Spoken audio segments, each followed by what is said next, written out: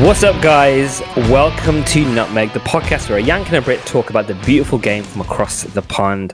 I'm, of course, Fails, representing the UK out here in Dubai at the moment. And, of course, we've got Andrew holding down the fort in the USA. How are you, bud? Life is good, my dude. Unfortunately, though, not as warm as where you are. I'm looking at my window right now. It is snowing. I kind of wish I had a bit of snow. It's Christmassy. It feels like it fits the environment, but no, we are. Let me check the temperature, actually. I think we're currently at the moment, this evening, it's about 21 degrees, and it's just evening time at the moment. So, wow. Not too bad. That is a different world. Different world, indeed. We have got a great episode lined up. Obviously, we've got lots of great topics, lots of hot topics we want to discuss, and a few things around the world of football as well. So, I want to get straight into how we like to do this now. Of course, is the Nutmegged of the Week. Andrew, what you got for us? I have a good Nutmegged of the Week for you, and it is related to branding. I have 2 marketing degrees, so anytime I get to talk branding, I'm a happy boy. So let's dive right into this with a massive brand who are probably having a fire inside their headquarters right now from a management perspective, because it is Puma. They are just releasing their Future 8 cleats. Now, I have actually had one of their earlier models, and it's quite nice. You are able to take the laces on the version that I have and kind of change where the lace holes are to make it tighter or looser if you want to. So I'm a big fan. I like those Puma cleats. They're super light. So they're just getting ready to release these new Future 8s. They have a slew of different players that they try to have represent their brand, like wearing Puma cleats specifically and then highlighting those players. Cucurella is one of those players, as you know, kind of a Chelsea left back, wing back type of player. The big poofy hair boy plays for Spain as well. He is one of their poster childs, and he recently was given these cleats to wear during the Tottenham match. If you've not seen the Tottenham match against Chelsea, quite a fun one to watch, but also because of this added drama. So Cucurella, like I had mentioned, is a defender, was wearing these new cleats, the Future 8s, for the first time. Puma was highlighting that, and there was an issue. Issue number 1, Cucurella defending, slips, falls down, leads to goal number 1. Same situation happens again. Defending again, slips blatantly on the pitch, just falls down. Clearly an issue with cleats and not being able to get his footing on the pitch. That second fall led to another goal. So 2 goals because Cucurella slips in his cleats. He gets angry. He goes over to the sideline after that second goal, takes the cleats off, throws them on the sideline, and changes mid-game. Not a good look already for Puma. Slipping in general, not good when you're trying to highlight new cleats for the first time, especially when that player who is supposed to be a brand representative for you takes them off mid-game and throws them to change out the cleats. Not only that, though, there are still more issues here. In the locker room after the match, Cucurella takes his cleats, puts them in the bin, the trash can, takes a picture of them, posts them on social media, and says, "Sorry, Blues." So he does have a actual contract with Puma to be a brand representative. So he did eventually take down that social media post because he probably got an angry call from his agent saying, yeah, we have a multi-million-dollar contract with Puma to have cleats, so you may want to take that down. But yeah, Nutmegged of the Week from Puma, not having good enough cleats for Cucurella, falling down, leading to goals. Not ideal for the boy. Yeah, and when I saw that photo of the bin with the shoes in, I was like, I am thinking, and just in my heart right now, I'm thinking the people that are at Puma are going to be going crazy. Just not even the fact that you can see him walk to the touchline, and he's like nodding his head, like, "What am I wearing?" And then it's just, I mean, what would have topped it off would be if he wore other boots and got an assist or a goal. Then it'd just be like, yeah, it was definitely the boots. It was definitely something to do with that. Just crazy. But it is a good one. We were just talking about it before we got into this. It is amazingly funny. Just as big as Nutmeg you're going to get. So, yeah, love that. So, mine is around the current Man City manager, Pep Guardiola. So, we know Pep's having a bit of a tough time at the moment. Maybe he's brought some back. I mean, he was got a victory recently, and it's not going too well overall. And that seems to be affecting not just his calm sort of, I don't necessarily calm demeanor, but he has quite it's always everything seems to be okay for Pep Guardiola. There's just a vibe of like, I got this, it's fine. I'm Pep Guardiola, best manager in the world right now. I've got this. So when he starts getting rattled, it is gold. So the first element of this nutmegged element is, so there is a obviously performance of people booing. It's the game of they've just lost. Man City have just lost, which is multiple games they've lost recently. And he can feel the fans booing, turning against him, and he puts six of his fingers in the air to kind of signify in terms of, I've got 6 trophies. I think it was against Liverpool, like talking about 6 trophies. There's obviously getting under his skin a bit, and you can feel that energy is kind of going through, and you're thinking, okay, cool, I see what he's trying to do here, right?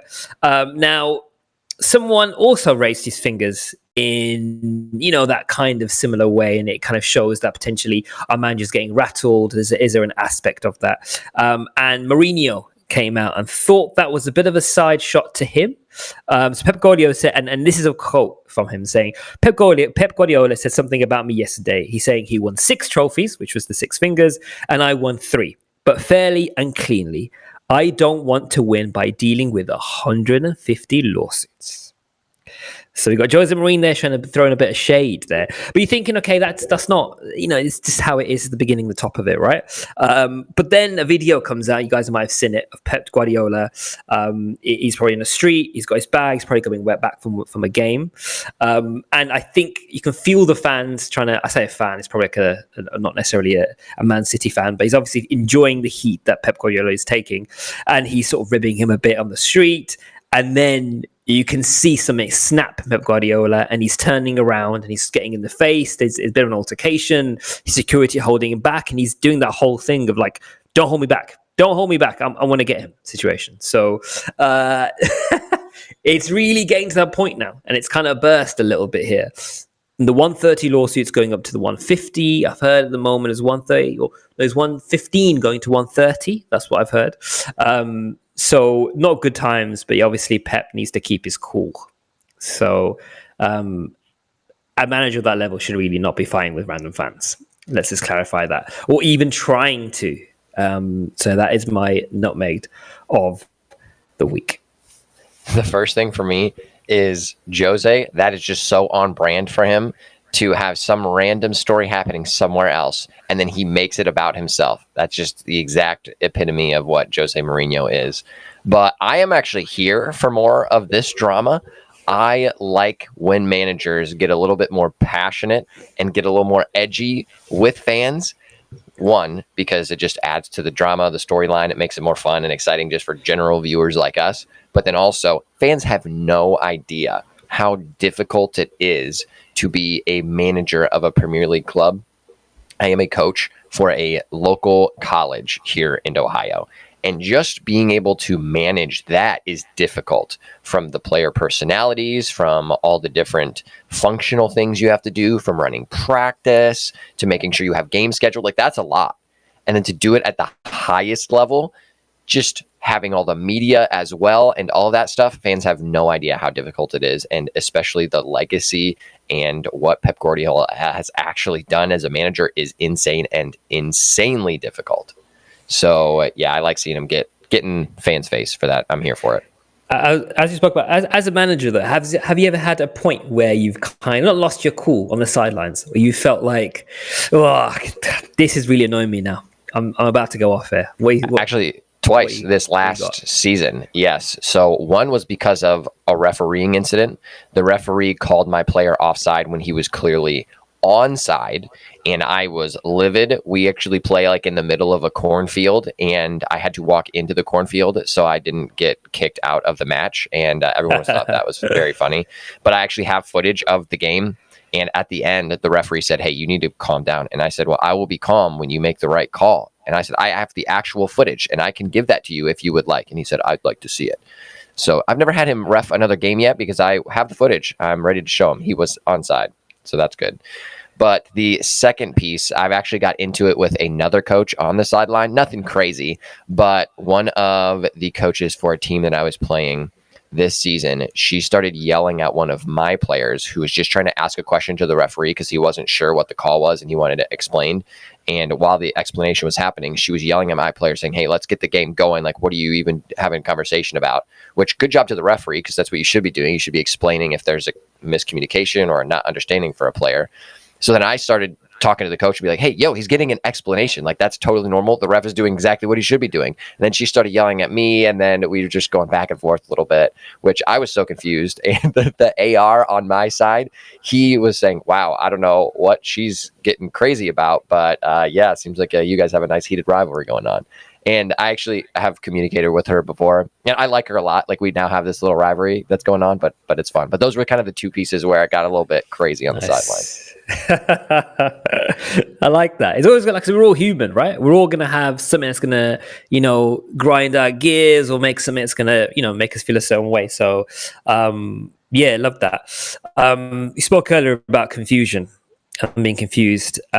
We as Man United are currently confused at the moment with the current state of play all the time of the back room space at the moment. So we're just trying to figure that out. So, Andrew, do you want to break down what has happened on what is going on, man? Because I'm confused.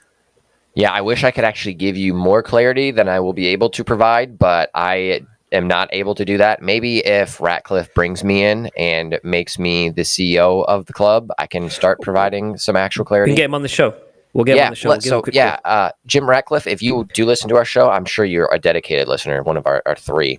Then you should absolutely hop on, and we'd love to get some more clarity on the state of Manchester United. But let me paint the picture of one piece that has just happened. So there has been a sacking, and I'm not talking about a managerial sacking. This is actually Dan Ashworth, who has been sacked, who has been one of like the people that manages some of the football operations for the club. Was a fairly high-profile individual that was brought in from Newcastle. And they actually paid money. Manchester United paid money to Newcastle to get him, just like a transfer. So they paid around £2 to £3 million so that Newcastle would let him leave so that he could be a part of this new Manchester United under Jim Ratcliffe. He has been at Manchester United for just around 5 months. So unfortunately, this is now becoming a trend where they get rid of people who have contracts that were just recently signed. So Ashworth is now one of them after just getting a contract 5 months ago. We know Ten Hag had just recently gotten a new contract before he was sacked as well. So not the best look from a financial standpoint, as well as just a actual management of a club standpoint. So the reason supposedly that this had happened is because Ratcliffe was unhappy with the hiring process for the new manager. So we know that we now have a new manager getting rid of Ten Hag, and once Ten Hag was removed, the process for bringing in a new manager apparently is what caused some friction between Ratcliffe and Ashworth. So Ashworth was looking at more managers that had Premier League experience. One of those was Eddie Howe. I don't think he would have been a bad option, has some good Premier League experience of like building a club up when he has done that experience at Newcastle. So not a bad idea. I mean, why not look at someone that has experience, especially when you're kind of in a rough time frame or rough place as Manchester United is right now. So that started the riff. Apparently there were some other decision-making things that Ratcliffe was not happy with. When it comes to the manager specifically, Ratcliffe was looking for something new. So a newer type of manager that maybe doesn't fit the traditional mold of what Manchester United has done in the past and not what Ashworth was looking into. That was the breaking point, apparently, and he was starting to be frozen out of decisions and was finally just relieved of his duties.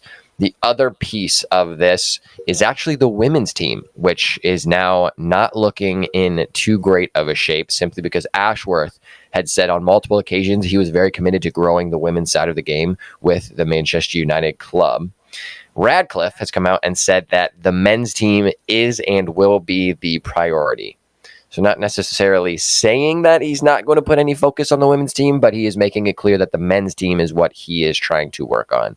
So not the best look.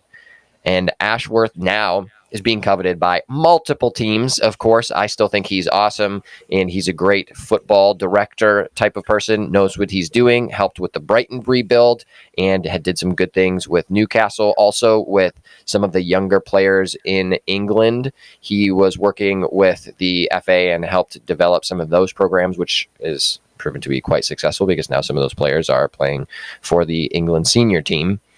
But that is disappointing from Manchester United perspective because, again, I don't think he was given the right amount of time, just like I have explained with managers at Manchester United and other clubs as well. And the last piece of this story, one source came out and said that Ashworth had thought that there are just too many cooks trying to make decisions for the club, which kind of from an outsider's perspective looks like that's the case, but that's not surprising because from my perspective, that has been the case for quite some time. And as I have stated on this podcast, nearly every time we talk about Manchester United, they're still no idea what they're doing. They have no structure. The club, from the front office to the back office, is just in shambles, and it is showing on the pitch as well because there's no game plan, there's no foundation, there's really no structure. Huzzah. See, when I saw this, I was genuinely shocked, and the first thing I saw was the meme, the Homer Simpson meme, where he walks in, puts his hat on the thing, puts his hat back on, and walks back out the room again. It's like that, and I just thought, I couldn't have put it any better. I remember hearing all sorts about this Ashworth. Oh, he's integrity. We've taken him from Newcastle. He's gone, and we'll pay millions for him. And I genuinely thought he was going to be the revolutionary part of this Man United squad. So the fact that after 5 months, you see an article and it's literally just like 3 sentences. He is no longer with us. He is, by mutual consent has left. And I'm like, there's obviously something here. And as you spoke about all this stuff about the manager, I'm hearing that he was really keen on like Southgate in particular and was very like, we need him. He's going to be the one that grows the squad. He's going to be the one that leads this new sort of revolution of Manchester United. And I feel like there was this whole idea that he was probably didn't work out. And people have that at jobs all the time.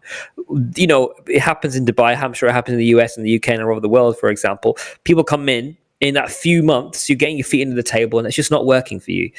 You've got the hierarchy around you. You're quite a senior position.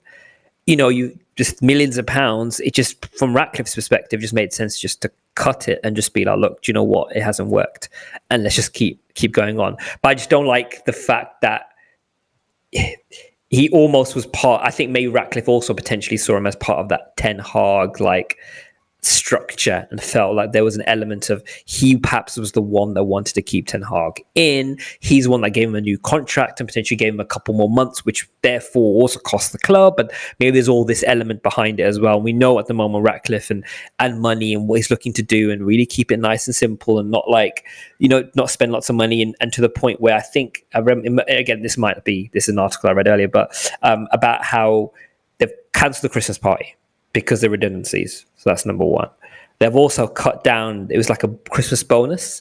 At the time, it was like £100, just like a cash, essentially, to the people. And now around the club, now it's basically gone to like £40 and it's like an M&S voucher. So I don't know whether that's true or not, but that just sounds like this whole idea of Ratcliffe trying to cut money, make it a really lean machine. But is there going to be additional casualties? That is the question. Would you think, I mean, you've spoken about, you think it was a good decision to do it now in the point we're in here now? Or was there a better time, do you think? Or I think Ratcliffe is an idiot for hiring Ashworth in the first place if he didn't think that he was the one to grow the club. 5 months is not enough time to really create any type of progress or really to even implement your strategy of what you're trying to do. Like, you're just setting the foundation up in those first 5 months. So my issue with Ratcliffe is not that he's trying to run the club more lean, which I think is smart and needs to be what is happening now just because of the poor ownership of the Glazers previously. But the problem for me is if you want to run the club lean, then why are you bringing in someone that doesn't agree with your vision in terms of who should be hired, in terms of the football operations? I just don't get that point. Also, when you are taking over a club, if you have a vision, then you want to implement that vision. If you do, there are some owners who just want to buy the club and let the individuals run it. Awesome. That was more so the vibe of what Radcliffe had said at the beginning. He just wants to hire people and not really be a part of the day-to-day decision making, which seems to not be the case now. But then if you are coming in and you have that mindset, that's fine. Run the club however you want, but then don't start going back on your decisions that you make in the very beginning of trying to hire a high-profile director of football, because he's going to do his job and actually try to perform and get the team performing well from the front office to the actual on-field product. So I'm just confused by Ratcliffe because he's saying something, but then is going back on his thing that he said in the very beginning. But now he's just trying to say, oh, now we just want it to be lean and try to focus on some specific decision key making things. So I'm just confused. I was already confused before this because of what Manchester United has been doing. And I have said previously, I think that it's going in the right direction. Ratcliffe is trying to create some structure, but now he just pulled out one of the foundational pieces.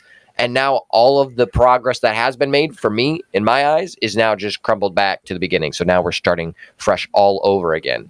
So that is where a lot of my confusion lies.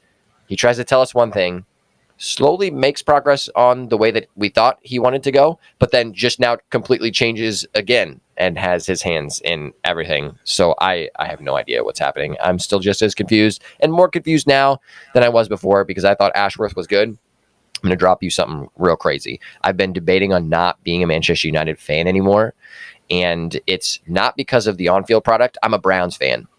So being a Cleveland Browns fan is kind of a punishment. If you are a Cleveland Browns fan, you'll understand what that means because we never win anything. We're always a terrible team. Sometimes we have flashes of like being an average team. It's quite nice. And having that fandom almost makes me feel like I want to be an Everton fan. So that is something I'm struggling with right now because Manchester United, I've had a long-running relationship with them ever since I had a ball cap from them when I was like a 10-year-old because that was really the only soccer team that you could find in Ohio that was in the Premier League. But it's just disappointing to see so much of the same thing continuing to happen in the front/back office management-wise, which was happening with the Glazers and now kind of again happening with Radcliffe. It's just disappointing to see, and it's feel like I'm just hitting my head on the table consistently. So the comparison with the Browns, at least there's not a lot of back office drama. It's more like player drama, which can be managed by a coach and can be managed differently because at least there's a structure and some type of organization. I feel like there's absolutely nothing. And while the on-field product for Manchester United is sucky, it's also sucky in the front/back office too. So there's like no real hope for the future. That's how I feel as a Manchester United fan. Wow. You're debating Everton versus Manchester United in terms of you guys heard it here first. I'm sure people would have a lot to say about that. But for me, and I'm with you, like we are going through a tough patch at the moment, and I think most clubs will go through that. As we know, football is a bit of a cycle, right?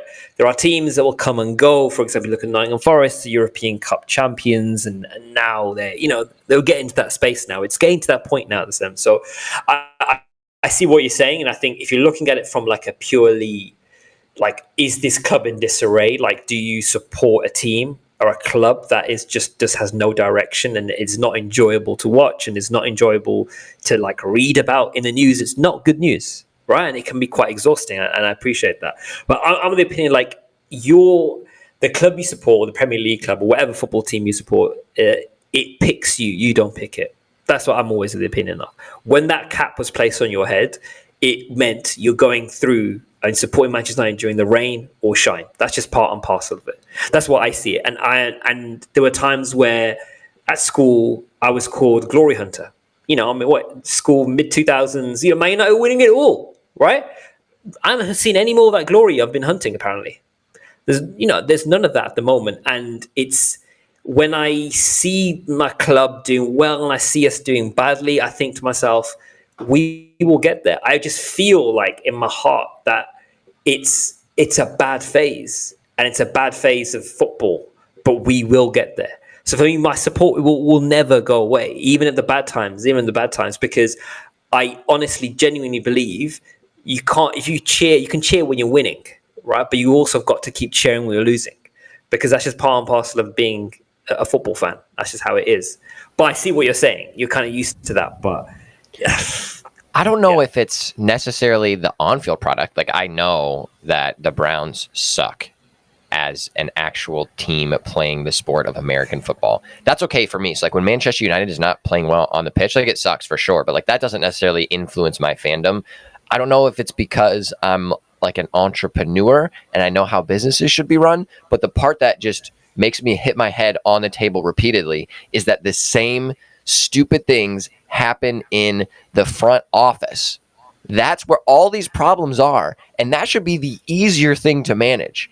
Managing a soccer team with a bunch of different personalities and trying to find a manager that can implement a good style that manages those players appropriately, that is tough, super difficult. Hiring the right people to manage the operations of the business side should be much less difficult. But for some reason, Manchester United has struggled with that ever since Alex Ferguson left. I just don't understand why that part is made so difficult. And you bring in someone like Ashworth, who has the knowledge and previous experience, and you don't even give him time to set up a strategy and a foundation to implement something, that's where I start questioning my fandom. It's not necessarily the players or the product on the field or even the managerial style. Like, I'm okay supporting a sucky team. I've done it for a while. I'm a whole City fan as well. So that's been a roller coaster of a ride. But I feel like I have more of an attachment to those types of teams because that's where I'm from. Like Hull City, that's where like my ancestors are from in England, which is super cool. Like I live in Ohio. I'm in the Cleveland region. So that's why I'm a Cleveland Browns fan. The Columbus Crew, they have been good. They've been sucky for a while too. Like I've lived in Columbus. So I have that more attachment. It is kind of cool that I agree the team in the Premier League kind of picks you in some weird way, but I just don't have that emotional attachment fully. Just maybe that's a personal thing. But then when it comes to not having an emotional attachment, then I need to make sure that the business side is run correctly and it's not stupid or it's not run by like a Middle East oil corporation or something of that nature. But when the business side continues to be stupid and do the same things over and over that don't work, that's when I just start questioning things. That's fair. That makes total sense. I think from business side, you're right, we're a bit of a shambles. And if you're looking at it from a purely objective, like putting your heart to one side, the way the club is run is very poor at the moment. And I think it's clutching at straws and trying to bring people together, and that's affecting stuff. And I totally understand, and that's fair. You're right. Maybe I am a lot more. I'm a much more emotional Man United fan when it comes to it. I think there are times where, you know, when we won the Champions League, for example, there were tears. Like I grew up, that's just how it was. And it's one of those ones where a lot of people ask, and I always joke about this as well. I mean, this is getting quite deep in the podcast, can't lie. Where people always say like, oh, you know, why do you want Manchester United? Right. And I always joke, I was born in like a Salford hospital or somewhere in Manchester, etc. But truth of the matter is, I grew up, it's what made Manchester United made me fall in love with football. It's as simple as that. Like that is the club that I watched and I followed and fell in love with, and fell in love with the players. I fell in love with the way we played. Sir Alex Ferguson is, for me, the GOAT. Cristiano Ronaldo, as a kid in the mid-2000s, you know, and that's just how it was. So I think it's almost my affinity is linked with the fact that if I don't love Manchester United, I don't love football. I think that's probably what it is. And I will never do the both. I will never not like love football or love Manchester United. This is just the same. They come and part and parcel of it. So, yeah, it's getting deep, but that's just about my thought. That's cool. I wish I felt that way and had that type of connection. So, for example, I do with the Cleveland Cavaliers. I'm not a huge NBA fan myself, but I love Ohio sports and I support all Ohio sports. So when I watched the Cleveland Cavaliers when LeBron returned and they won the championship, wow. Yeah, like I had some tears. Like it was an emotional experience because like seeing 100%. The strife and that team fighting back from a 3-1 deficit to actually win, it was insane and such an awesome ride because I feel like I was actually a part of that experience. But now I almost feel like it's just run so poorly. Manchester United as a club, from a business perspective, that almost turns me off for some reason because that should be the thing that's making me fall in love with Manchester United. When you're in an era of struggle as a sports team, the job of the organization is to make sure the fans are still a part of the experience.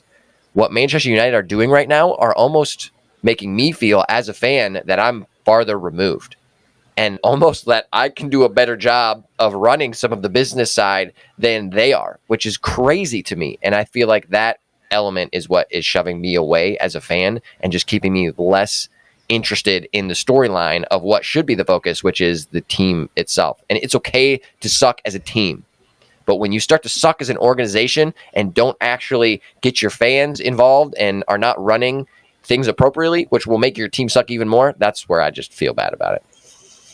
Interesting. We could spend hours more on this. I think it's a really interesting topic. I'm sure we will definitely revisit at some point, because fans or not fans, the Man United and will always be something that we will discuss and chat further about. Moving on from obviously the back room and the back office, with people having sort of sackings in the back room, to having sort of sackings on the pitch. Not necessarily a football player either. So, and I'm sure some of the listeners may have heard this already, but I just wanted to get your take on it and give you a bit of background and, see what the situation is. So, this is, of course, talking about David Coote, which is, of course, a referee in the Premier League, a very well-established referee in the Premier League, who has, we see him as like all referees, really, an authority figure in this space, right? So when it comes to a point where a certain video comes out, so I'll take it back, right? So a certain video comes out of David Coote. It's like a selfie video. I would argue, I'm not 100% sure, is it his friend? Because, if you look at the content of it, I'm not really sure whether that really works or not. But a video essentially is leaked of David Coote, where you have I would say, not sure, supposed friend, ask him, what do you think of the Liverpool game earlier when you were the fourth official? Right now, of course, having a banter. You could argue that David Coote is looking a little bit intoxicated, which we'll get onto later on. And so he says Liverpool were ish into that level, right? So you can already see that is not the way a referee should be speaking about any club, right? And then he asks him what he thinks about Jurgen Klopp at the time, which he then calls him, a few choice words, and then he goes in a bit more in depth, and he goes, aside from having a right pop at me when I refereed them against Burnley during lockdown. So he's obviously harboring something, which I think as refs, as a professional authority figure, should not be happening. He accused me of lying and then just had a right effing pop at me. So there's obviously animosity there. And he goes, I have no interest in speaking to someone who's arrogant. So there's this feeling here immediately that David Coote is not a fan of Liverpool and also specifically Jurgen Klopp. And then weirdly enough in this video, which gets a little bit, I say this is funny, it kind of dispelled some kind of memes later on, but he goes, I do my best not to speak to him, referring to Jurgen Klopp. Then he says, Milner's all right. I get on with him. So, which I remember us reading that and see a couple of the memes and being like, who has a bad word to say about James Milner? Let's be real. Like, stalwart of the Premier League, utility man, he's playing out of his years, so fair play. And then and this story just gets funny, right? So then shows a mobile phone screen with an image of himself and Klopp on it. In image, he's wearing a face mask and talks mockingly about coronavirus social distancing rules. So he goes, my God, German this, German that, Liverpool are full of blah, blah, blah. He says, we hate Scousers. This is the depth now. This is a lot. This has gone beyond professionalism here for a referee of this level. And you got a second shorter video, which goes, just to be clear, and this is where it gets awkward, just to be clear, that last video can't go anywhere seriously. And then the second man, which makes me laugh more, he's a Premier League referee. Let's not ruin his career, is the line that his supposed friend, let's say friend loosely, said. So that's the first video. The second video that comes out a few days later is by The Sun, which makes things even worse. It's apparently David Coote sniffing some white powder. We're not sure what it is, but you'll take from that what you will. All right? And so off the back of that, there was obviously the PGML PGMOL. We're obviously saying they're very aware. They're doing an in-depth, investigation into this and taking this very seriously, right? And then more and more allegations came out, less video related, and then they launched their own investigation into when the Sun released what he said were messages exchanged between Coote and a friend, in which a referee discussed giving a yellow card to a player before he even officiated the game. So that in itself, that if you're looking at the disrepute of the game and the corruption within the game, this is really out in that. And this is it's very difficult to read that sort of stuff when you're watching a Premier League game, which is meant to be the best league in the world with the best players and the best referees. So there's that. Then there's also further messages which I said before and after the Championship game between Leeds United and West Brom, in which Coote booked Leeds defender Alioski. But apparently he told his friend, "What a day yesterday. I hope you backed as we discussed." Which, again, is not good. And then Coote has described the allegations as false and defamatory, blah, blah, blah. And then there's also more and more different material, potentially some flashpoints between the Man City game, in which there was apparently a handball during Manchester 1-0 win over Everton at Goodison Park. So City were ahead through a Phil Foden goal in that game, inside his own penalty box area before he completed clearance. So there's up and down. People are saying that was quite crucial in terms of the large scale of Man City essentially winning the league, and saying that goal, that handball should have been given. And it was, and potentially that's maybe something swaying potentially against Liverpool fans again. So, up and down, a lot of different elements of this, but ultimately he has recently been found guilty in terms of they found serious breach of the terms of his contract, in terms of breaching his contract, and he has been officially sacked by the Professional Games Match Officials, so it's the PGMOL. So no more David Coote in the Premier League, and will no longer be refereeing matches in the Premier League. Andrew, thoughts? Yeah, I don't have a whole lot of thoughts on this because it's pretty straightforward. You are making some poor professional decisions that will impact the job that you have. So you're fairly responsible for the decisions that you make, and you know the risks you're taking by saying some of these things, by doing some of those actions. So when you do get fired from that job, which you have a contract with, so you kind of know the standards of what you need to uphold, you get fired, that's probably the right result. With that being said, the Premier League did push out a statement, which I think is cool of them to do. So I'll read the statement. It's super short. Following the conclusion of a thorough investigation into David Coote's conduct, his employment with PGMOL has been terminated today with immediate effect. David Coote's actions were found to be in serious breach of the provisions of his employment contract, which that makes sense because every person that has a job will have some type of employment contract so that you know what you're getting paid, what the ethical things are that you need to follow, different things within inside the organization. So that makes sense. Continuing, with his position deemed untenable. Supporting David Coote continues to be important to us, and we remain committed to his welfare. David Coote has the right to appeal the decision to terminate his employment. But the sentence I just read before that last one is what actually is cool to me. So they said that they're continuing to focus and committed to his welfare. Because obviously losing your high profile job like this sucks. So that's stressful. But then some of the other things that he was doing maybe questions his mental health or the state of where he is right now. So it's cool that the Premier League is actually making sure that he's okay as an individual too, because it's easy to just like wipe your hands of a situation and be done with it. So the one cool aspect to this is that hopefully the resources around him will allow him to get the help that he needs and hopefully fix some of the stuff that he's struggling with. Yeah, you're right. I do love that. And that is, it is testimony to the Premier League. They know that it will affect footballers and football players when this sort of stuff happens. But when it comes to referee, they know that's just important. That mental health element is extremely important. And that says a lot for the Premier League in that respect. Because I can't imagine what he would be thinking. I can't imagine his first thought when that video first came out.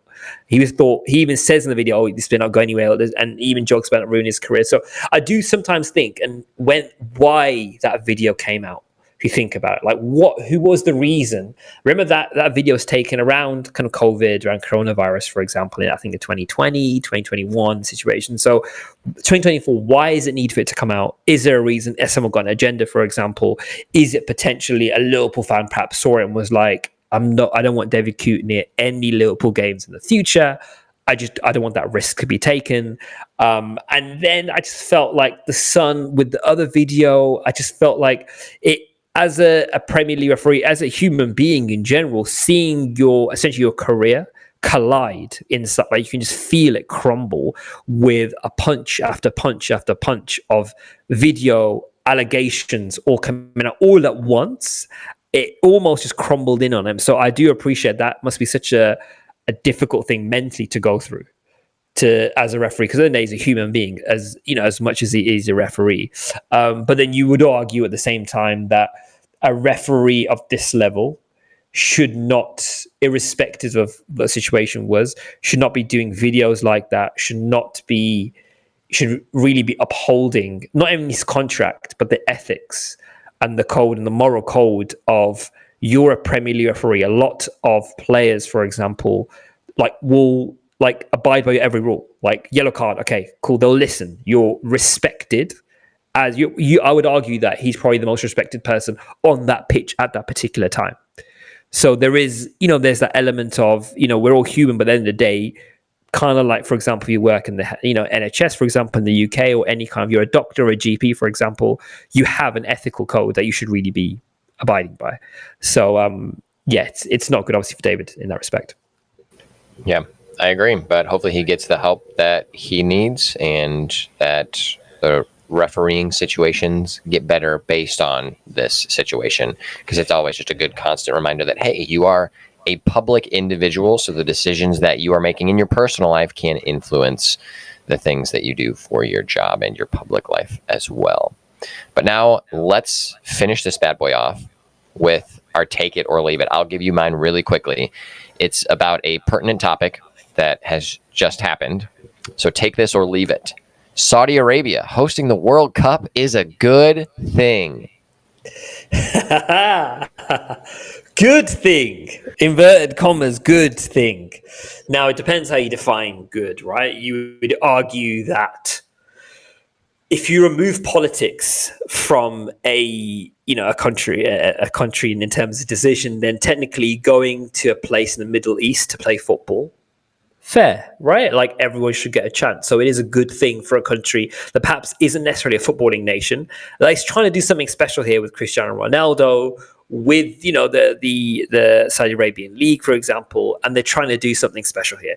If we argue and put politics into the play, you would argue that the USA isn't a good thing for them potentially to have the World Cup. If you're going to put politics into it for 1 second, right? But if you're going to put it in terms of, is it a good thing for the country? Will it increase, for example, tourism in the country? Will it increase what they're trying to do? What Saudi Arabia is trying to do in terms of revolutionizing the world of football with their own individual game, but also business and money. And, if we're not taking where they get the money from in terms of place value, then I would argue, yes, it is a good thing, because football, I'd argue, is a world sport. Everyone knows, and most people, the globe, the World Cup is the most watched. The final, anyway, is one of the most watched sporting events in the world. So with that being said, of course, it's a good thing to have it to a nation that isn't necessarily a big footballing nation. Yes, it's not not a Brazil, for example, or England, for example. It's or even a Germany. Yes, it is. But so is it a good thing? If you remove the politics out of it, then yes, I would argue it is a good thing. Have they bought it? Have they put money in different places? I'm not saying anything else. But it depends how you want to look at it. But I would argue, yes, it is a good thing. I will leave this. I think it is not a good thing, because I cannot remove the politics of decisions like this from big sporting decisions. One, because we've all seen the corruption with FIFA and how the World Cup selection process happened, and all the drama of people trying to pay money to make the decisions to host the World Cup in certain areas. So that is one caveat. Two, the other political piece, which unfortunately is political but should not be, is the human rights violations.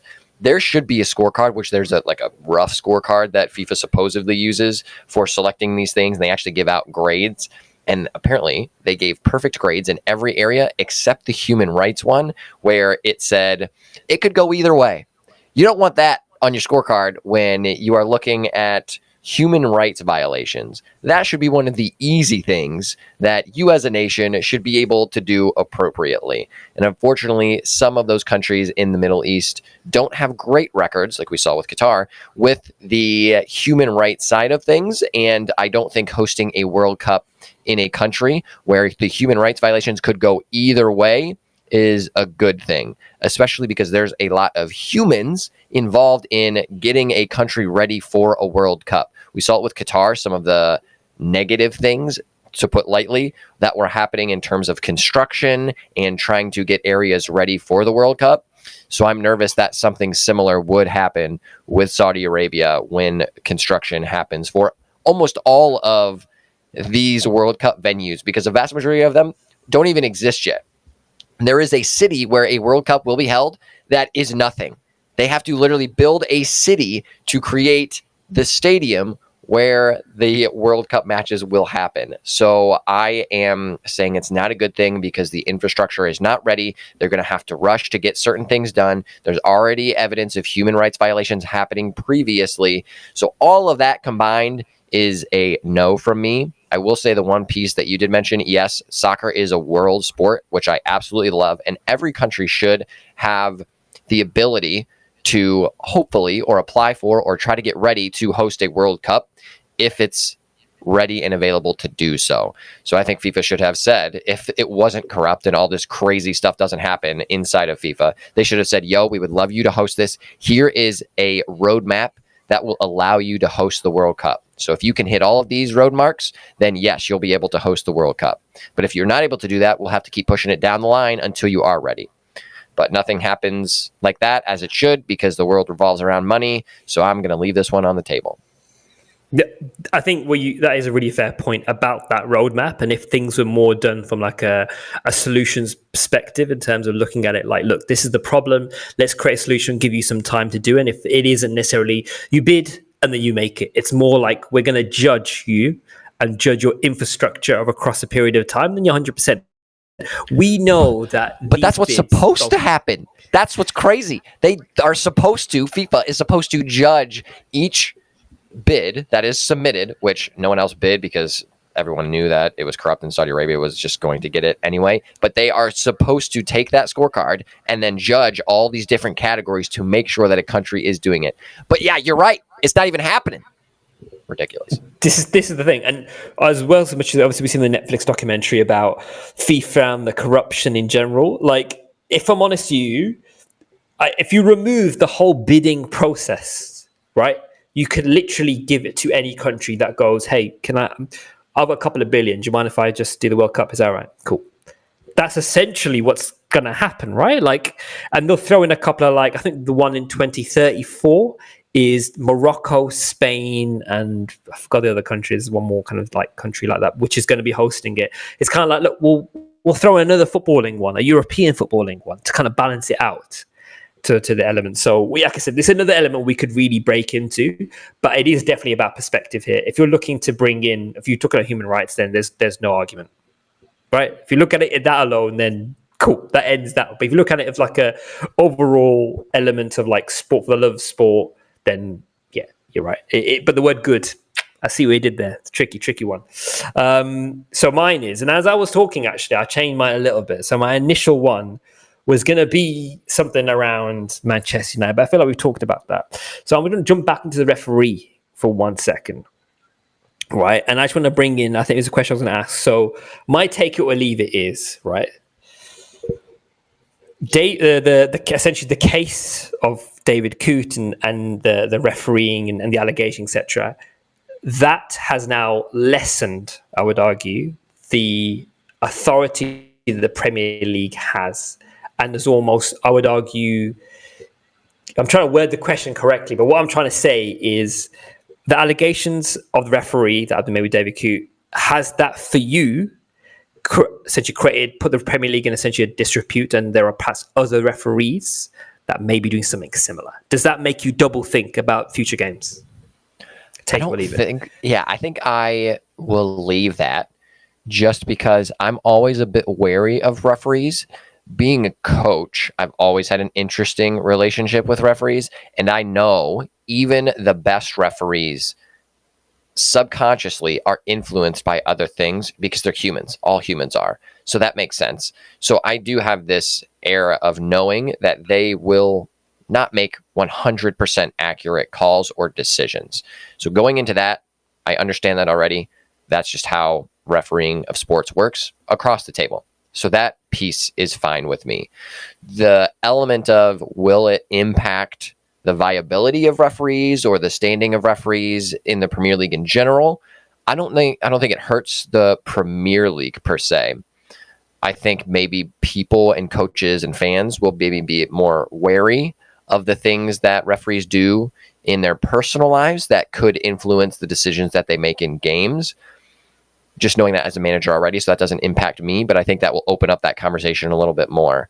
I think what ultimately should come from this is that we see that there is an individual who's potentially struggling with some things, and just in general, even if not struggling, he's just making the wrong decisions. So maybe there needs to be more education for referees at the highest level, or maybe start that education earlier so that those referees have the resources and the knowledge to handle certain situations like this that come up in the future. So for me, I think that would be the best result of all of this. And I don't think, again, I'm going to leave this because I don't think it sheds negatively on the Premier League. If anything, I think it just puts more negative emphasis on the refereeing education system and how it can certainly improve. So for me, that's really where the negativity or the negative branding aspect goes to. Not the Premier League, more so just the union of referees in the education system. I think that's a good point about the education, for sure.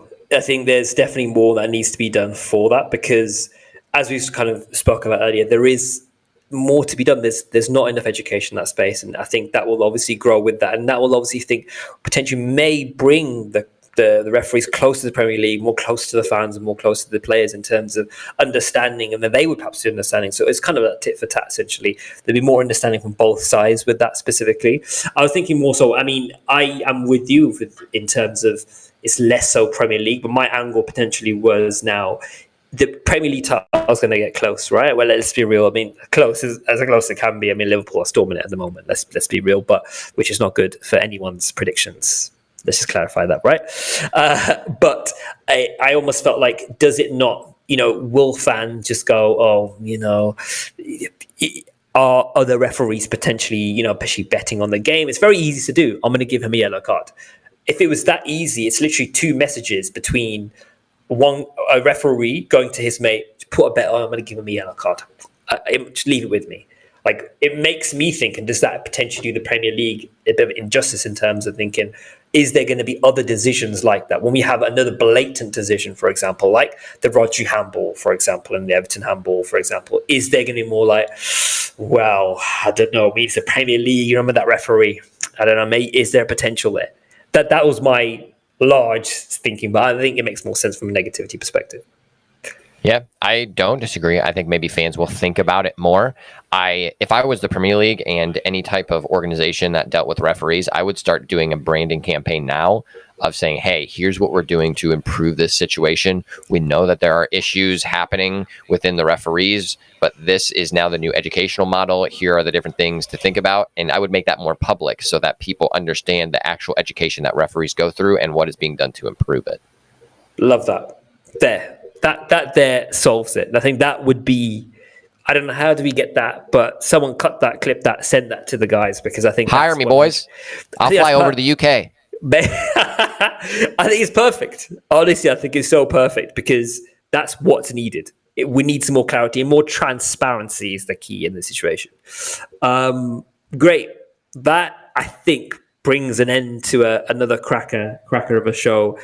As always, mate, it's been a pleasure speaking to you. You got any final words before we close out? If you are in the USA and you pay attention to MLS, which I'm not, as we know, not a huge MLS fan, but I like soccer in general. So congratulations to the LA Galaxy, not necessarily the ones that were selected to win the MLS Cup, but they did it. exciting final. So Marco Ruiz getting a trophy. What a guy. We love Marco Reus. Great work. Of course, if you do follow us on Instagram, give us a DM, give us a follow. And of course, if you're on a pitch, just make sure you don't get nutmegged. Enjoy, guys.